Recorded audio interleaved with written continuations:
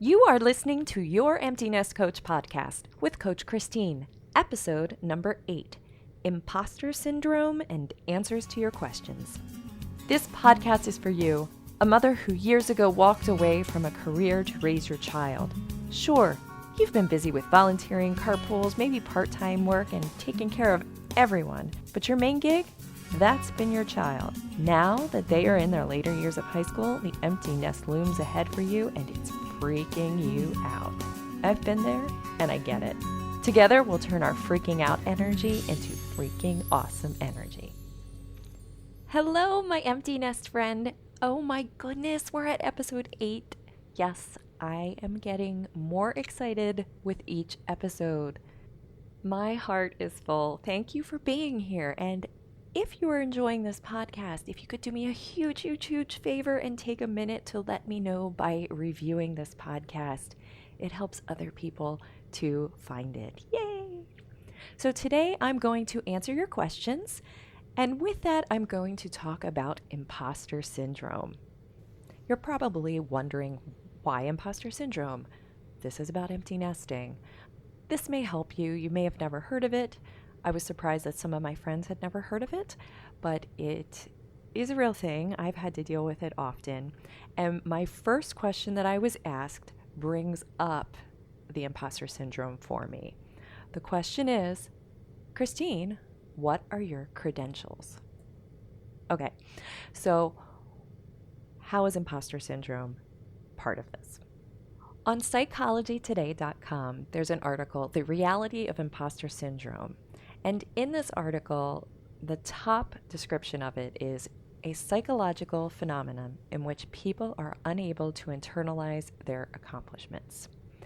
Basically, it's the feeling that you have gotten into a place in your life and you feel like a fraud, and you feel like at any moment someone's going to figure out that you shouldn't be where you are. I've had this a few times in my life. 2 in particular is one, I became a PeopleSoft developer rather quickly. I seemed to learn things quickly and moved into a role where I had multiple people on my team that reported to me. They were all external consultants. But this went from not being in a developer role at all to that role within, I would say, about 6 months. And every day I would feel like someone's going to find out I really shouldn't be in that spot.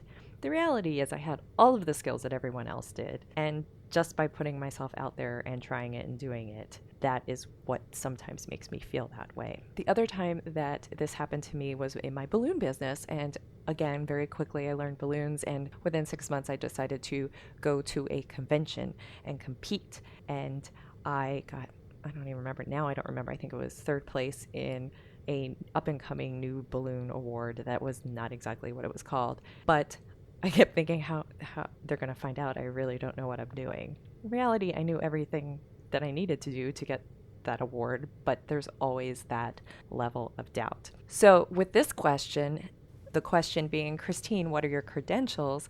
This hits every fear and doubt that I had in starting the business, truly. Even though for the past 10 years I've wanted to do some kind of coaching and encouragement role in my life, 10 years ago I started it but kind of stepped away because of this fear. And at this point in my life, I need to just do it. And I am so proud of the people that I have worked with and the results that they have had. And if you want to know my credentials are I am an empty nest mother. My daughter is in college now. She's went early, and I am sharing my experience and the tools that I learned with you in the hopes that the way that I present them to you help you. If I can help one mother a year to feel empowered, to feel good about herself, to have a great impact on her children and her family, that is a huge win for me. And that's what this is all about. The irony is when I coach myself through this imposter syndrome is what I've realized is by not being who I really am meant to be. I mean, everything in my being feels like this is right. This is what I need to do. But if I were to not do it, guess what?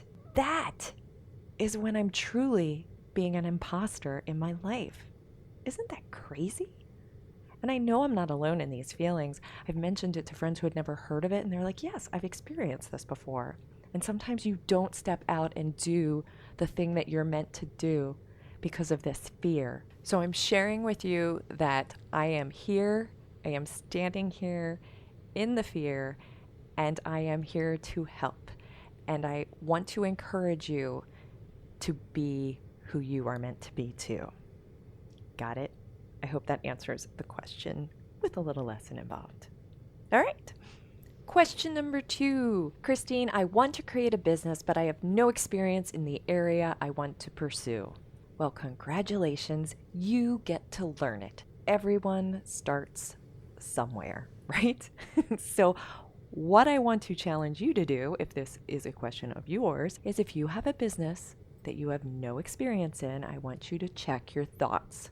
Because I want to create a business, but I have no experience in the area I want to pursue, what type of feeling does that generate in you? For me, that would not generate a positive feeling. So changing that to something like, I want to create a business that I know nothing about, and I'm going to learn it all. Be really creative. Change your thought. Or, I have a business I'm developing and I'm learning every step, right? I also want you to think about future you. 10 years from now, what do you look like in that business? What's your life like? And then I want you to work backwards. How did you get there? And really process that out. And if you need help with something like this, my free program, it's a 7-day program. You register for it on my website, is all about finding future you, and it helps you to work through all of this. So check that out. Question number 3. There is a lot on my plate right now, Christine. How should I proceed? Okay, so I am not going to tell you how to proceed. If you have a lot on your plate right now, first of all, check that thought, because the thought, I have a lot on my plate right now, generates a lot of anxiety in me if I have that thought, right? You could say, I have this to do, this to do, this to do, and this to do, whatever those things are. Pick one thing and do it. It's not the wrong decision, because whatever you pick is the right decision because it's what you chose. It's that simple. You don't need any drama around it at all. Just pick one and do it. The overwhelm that you are indulging in is extremely self-indulgent. There is no point to it. Also, what are you afraid of? Just pick something. Just do it. I know it seems cliche because Nike said it, but it's right. Just pick one and do it. You can always change your mind later. Just remove the drama and do it. Let me know how you make out. All right, question number 4. Christine, I feel like I'm in a funk with the realization that my babies are leaving the nest. Okay, so how does that thought make you feel? I feel like I'm in a funk with the realization that my babies are leaving the nest, right? Of course they're leaving the nest. It's a beautiful thing. They are able to be independent human beings. This is what they are meant to do. So you need to check all of your thoughts around it and realize, observe. Remember, we're observing our thoughts. Observe, and when you catch yourself saying something like this, I feel like I'm in a funk, right? Okay, so where does that take you? The realization that my babies are leaving the nest. Yeah, that doesn't help me, but if I feel proud that my babies are leaving the nest, right? You can change it any way you want. My babies are leaving the nest, and that's okay. My babies are leaving the nest, and that's what they are meant to do. My babies are leaving the nest because I did a really good job, right? Write some of these down, play with them, and find the thing, find the thoughts, the sentence that makes you feel okay with them leaving, right? So when you catch yourself in the funk next time, you can pull out this sentence and say it over and over again. And eventually you'll catch that funky sentence before it forms completely, and you'll be able to change it, and you'll be able to see the positives because you have done an amazing job to get here. Really, think about all the amazing things you've done. Well done, Mom. Last question, help I don't want to make any decisions. Okay, well, who does? Because guess what? Then you're giving control of your life to someone else, which, yes, if something goes wrong, you can choose to blame them if you want. But what does that get you? You've given control of your life to another human being. Just make a decision and do it. It could be good, it could be bad, but you know what? Life is good and bad anyway, so just make a decision and try it. I know, I can be a little tough. It comes from love.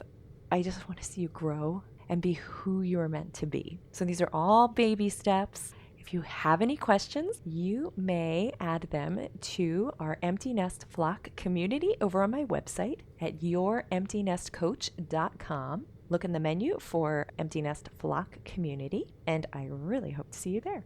In my next episode, I'm going to talk about your child's college major and what you are making that mean. Today's questions are, do you have a question you want to ask me? That is question number 1. Question number 2 is, if you could give your past 19-year-old self advice, what would it be? If you share that with me, you can email me at christine@youremptynestcoach.com or participate in our Empty Nest Flock community on my website. You may be featured on an upcoming episode. So definitely share your website and all of that if you want. Happy to do that for you. And of course, I invite you to fly over to my Empty Nest Flock community at youremptynestcoach.com to share your answers to this episode's questions. I know I've said that a few times, but hey, might as well reinforce it. Also, sign up for my free Thursday Thoughts About email. This is where I share a quick thought I'm having for the week. It's more real time for me. My podcasts are recorded in advance. Okay, my Empty Nest friend, that is all for this episode. Remember, you are amazing. Talk to you next time. And of course, I've said this whoa, as I break my computer there's the blooper for the episode. Can you hear that? It's my cat playing in tissue paper. That is very helpful, Lego.